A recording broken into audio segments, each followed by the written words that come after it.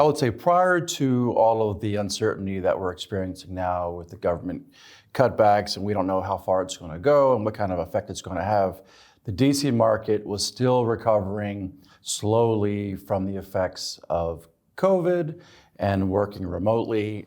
The vacancy rate in the DC metro area was about 21% for the entire metro area for all classes of building.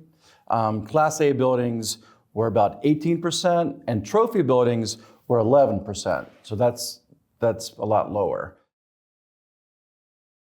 A trophy building would be a Class A building that is brand new, that has really nice conference room, a really nice fitness facility with a towel service, probably a sit-down restaurant on the first floor, retail. There's always a need for trophy space in DC.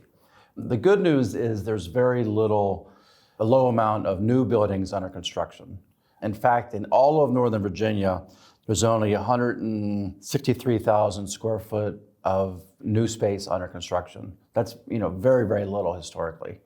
Northern Virginia, similar vacancy rates to DC. So what that means is that it's surprisingly tight market for the really nice trophy space. Normally, each quarter you have a number of new buildings that are competing with the existing marketplace. We don't have that now.